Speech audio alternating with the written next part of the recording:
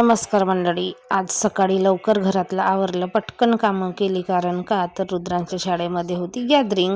आणि आता प्रत्येक शाळेमध्ये प्रत्येक वर्षी गॅदरिंग घेतात. आम्ही ज्यावेळेस शिकत होतो त्यावेळेस एक वर्ष घ्यायचे, दुसऱ्या वर्षी नाही घ्यायचे. पण मागच्या वर्षी सुद्धा गॅदरिंग झाली रुद्रांच्या शाळेत आणि ह्या वर्षी सुद्धा ही आहे बघा रुद्रांची शाळा. तसं तर मी पूर्ण शाळा नाही दाखवली, मागच्या व्हिडिओमध्ये दाखवली. छान अशी स्टँडर्ड शाळा आहे नवीन असल्यामुळे आणि CBSE पॅटर्न आहे शाळा.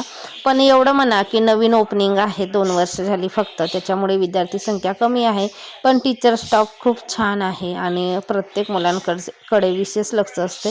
मुलं तशी हुशार असतात आणि छान छान छान कार्यक्रम होते छोट्या छोट्या मुलांचे. रुद्र आणि मला सोडून दिलं ह्याच्या पप्पानी, ते पण अर्ध्या रस्त्यावर. यांना पण क्रिकेट खेळायला जायचं होतं, यांना पण उशीर होत होता.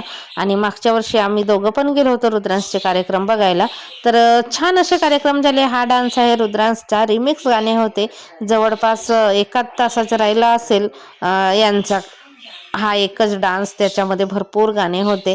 नंतर बिचारा थकला, माझ्याजवळ येऊन बसला. आणि ही जी साडी घातली होती मी, ही बऱ्याच वर्षानंतर घातली साडी. एकदा घातली होती मागे आणि त्याच्यानंतर आता घातली, पण एवढं कम्फर्टेबल नव्हतं. मला असं वाटत होती की उगाच ही साडी कुठल्या कुठे घातली. कारण का तर आपलं लग्न होते तेव्हाची बॉडी आणि नंतरची बॉडी याच्यामध्ये भरपूर फरक पडते. माणूस कमी जास्त होत राहतो, कमी तर होत नाही पण वाढतच राहतो. त्याच्यामुळे ब्लाऊज काही फिट्ट बसत नाही आणि कम्फर्टेबल वाटत नाही. इथून आलो, चेंज वगैरे करून थोडा वेळ फिरायला गेली आणि वरचा व्ह्यू बघा, छान दिसतो संध्याकाळच्या वेळी.